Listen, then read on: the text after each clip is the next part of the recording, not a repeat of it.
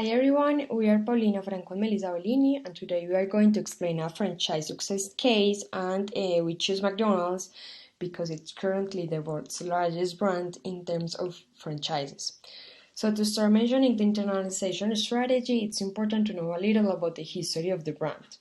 In 1948, Dick and Meg McDonald's, the founders, after moving to California from New England, they opened their first restaurant in San Bernardino, and that was a bar that served some barbecues. However, they decided to close it and introduce major changes focused on increasing the speed of service. In this case, it consists in the fast food and self-service market, offering burgers at 15 cents. This service was named Speedy, and its such success allowed the brothers to start the franchise business with standardization of process. In order to have a brand identity, in 1953, the brothers decided to hire an architect to design their stores, and the design was based on white and red colors. In 1954, Ray Rock, the main distributor of blender machine, was the main franchise agent for McDonald's. And then in 1963, the McDonald's public face was created, and it was an image of a clown named Ronald. And at the same time, the M became the most important element of the logo. So the international expansion of McDonald's began in the late 60s by opening their first restaurant in Canada, and 10 years after this opening, the company advanced unstoppably and was already opening restaurants in 7 countries. Going to the strategy, we analyze the 4 questions to identify what type of strategy the brand uses. And the first one, what product? They have a 4-product strategy. The first one is permanent product strategy, and they have products on their menu that are permanent and do not change. And they do it with standardization. And the second one is temporary product strategy. They have a regular development of temporary products, and the purpose of that is to offer the client some new to experience in each visit. In the third one, local product development strategy that was created due to expansion to international market, and McDonald's create different products that meet consumers' needs in local markets. And the last one is local adoption strategy, with which they take an existing product and modify it to suit local taste. So they have both one standardization product and many products responding to local responsiveness. Okay, where to locate? The company does not use distribution centers. They distribute its products like food or raw materials through a chain of restaurants located in different cities around the world. But the utensils such as glasses and packages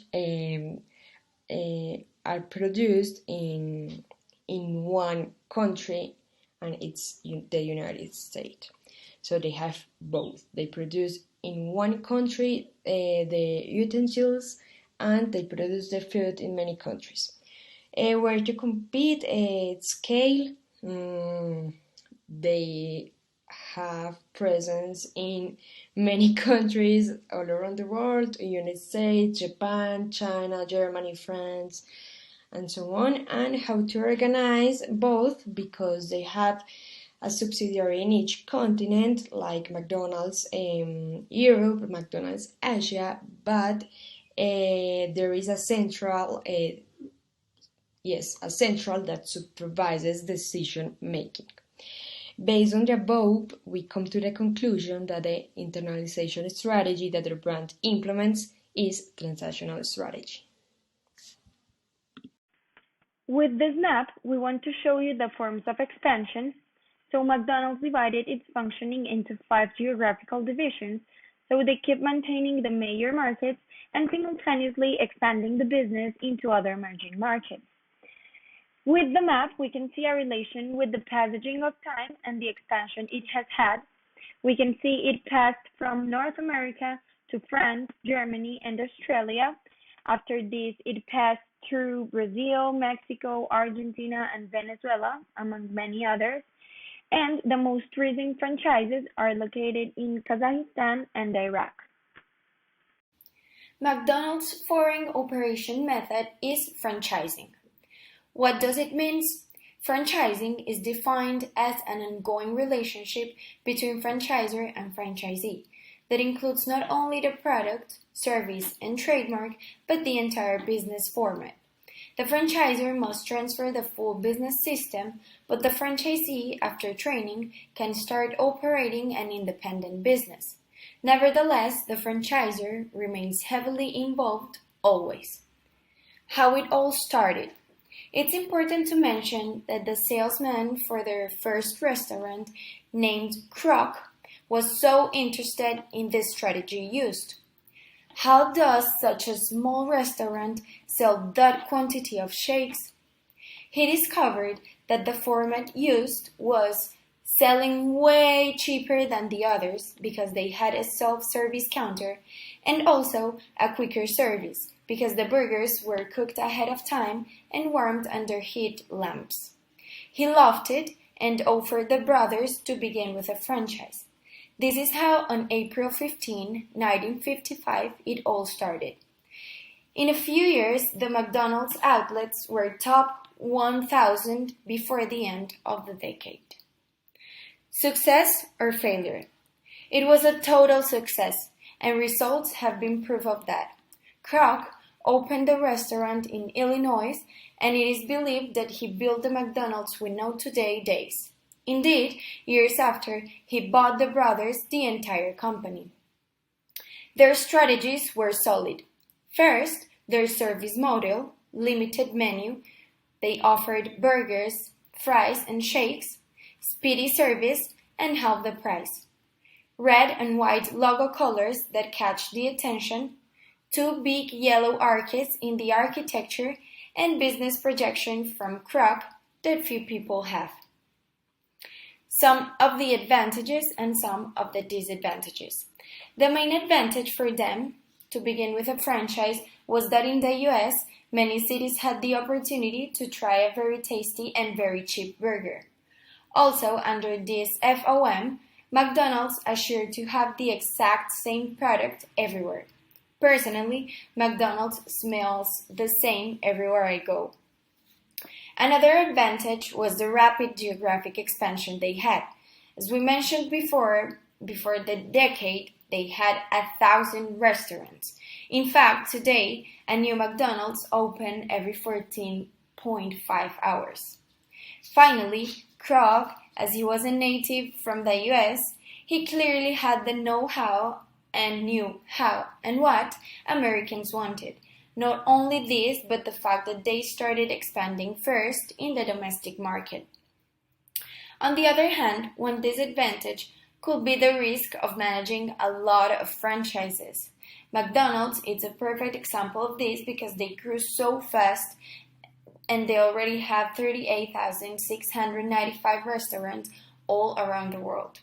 Also, as there are so many, the recipe could be affected in some of the countries and the flavor may change.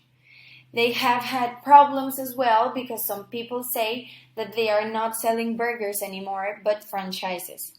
Another thing is that cultures are very different, so adapting all strategies in every franchise is very, very difficult. For example, they wanted to add self-order kiosks, which worked in France, but the US is more a drive-through market.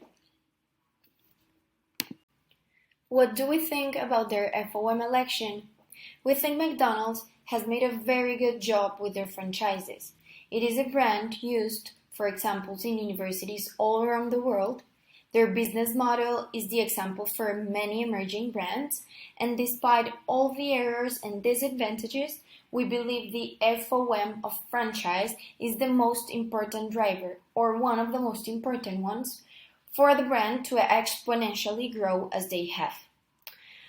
Some facts about the McDonald's franchise is that to buy a new restaurant, you have to make an initial payment of 40% from the total cost. And if it is an existing restaurant, the initial payment is for the 25%. You can't borrow the money, it has to be cash in hand. Also, if the person doesn't have $500,000, it is difficult that they consider you as a possible franchisee, and the fees that you need to pay is the rent fee monthly and a service fee monthly as well.